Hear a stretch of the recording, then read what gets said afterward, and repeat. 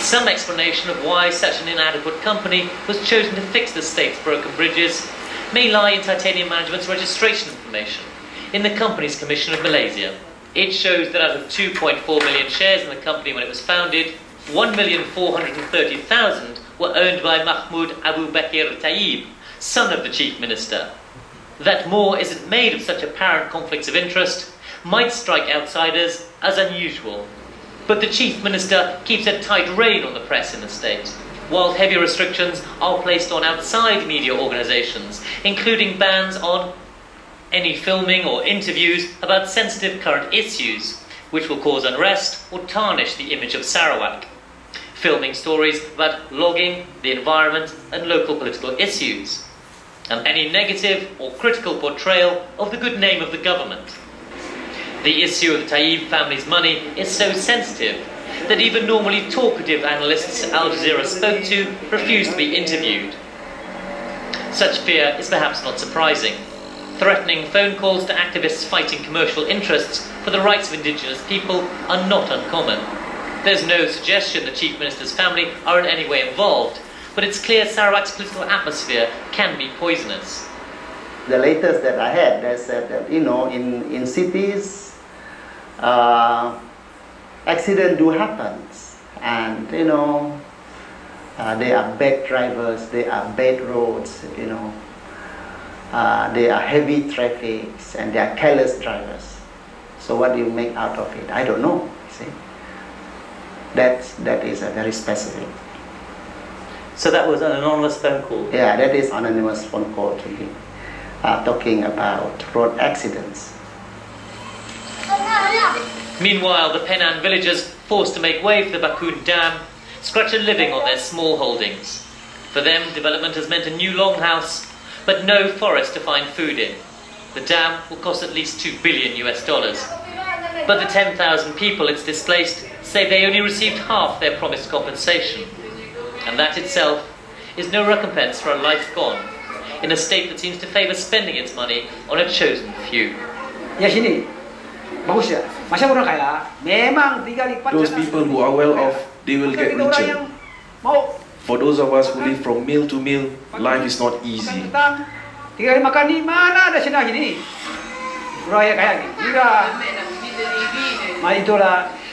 the 20 Penang families, none of us have any money left. For those who have money, they will live. For those of us without money, it is very difficult. Life before was much better. After the break, we'll speak to Sarawak's Land Development Minister, Dr. James Massing. Stay with us on 101 East.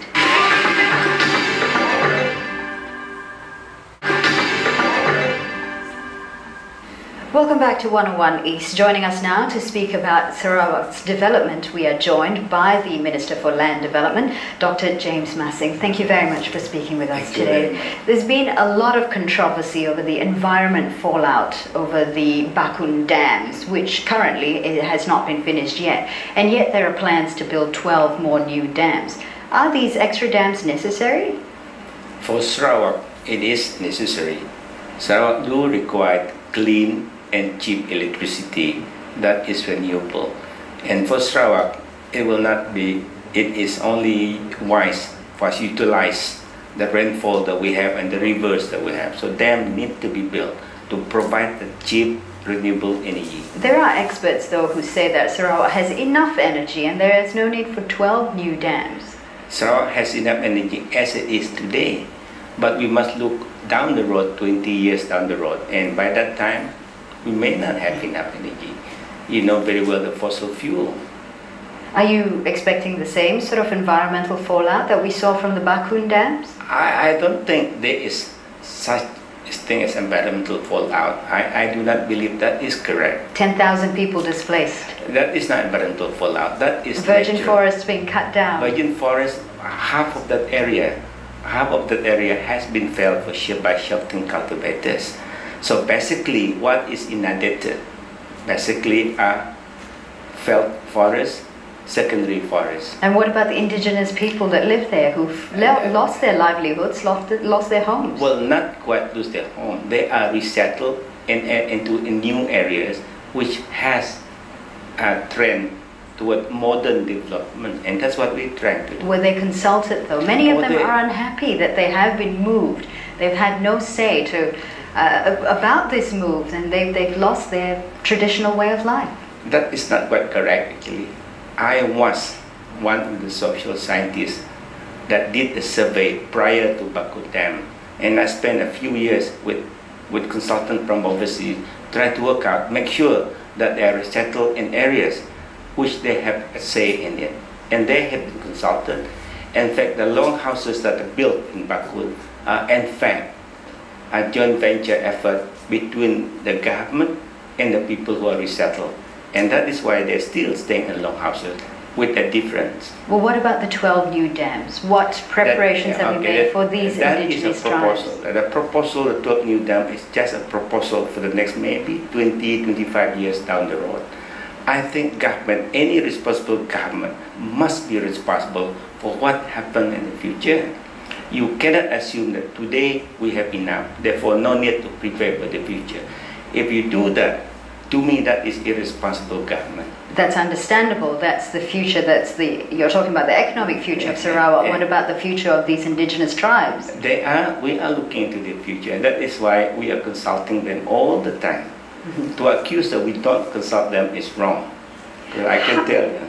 How much is the construction of these new dams linked to boosting the family business for the Chief Minister's family? I don't think there is. Well, the family business is Cahaya Mata Sarawak, CMS, and they will be providing the construction materials for these dams. Not for the next 12 dams. Not for the next 12. Well, where will is CMS in any way linked to the dams? Not that I'm aware of. The dam construction are done through legal tenders, and the lowest tender gets it. It doesn't matter whether it's CMS or somebody else. It must be done on tender basis. Right. And that is very transparent. I think international community can have a look at that. Okay, but these dams have nothing to do with the Chief Minister at all? No, whatever is done on very transparent methods of tendering process. And it's an open book for everybody to have a look. And so you're saying CMS will not be providing the building materials for these dams? If they are qualified, and if they're found by the tender community to be qualified, why not?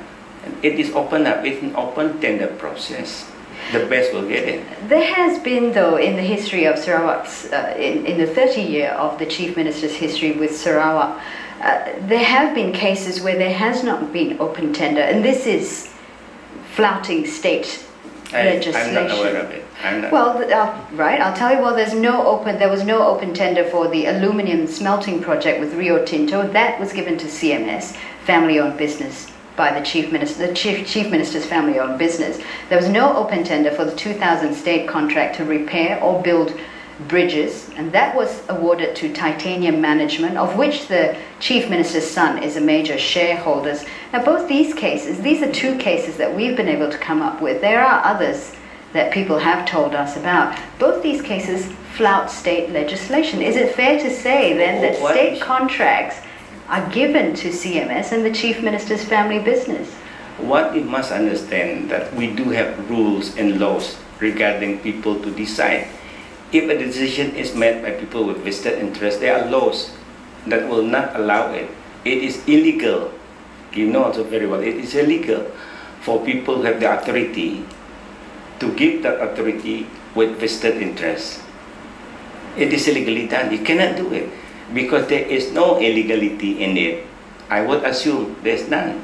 That all these things are done through tender process, which are transparent. But these cases haven't been given open tender.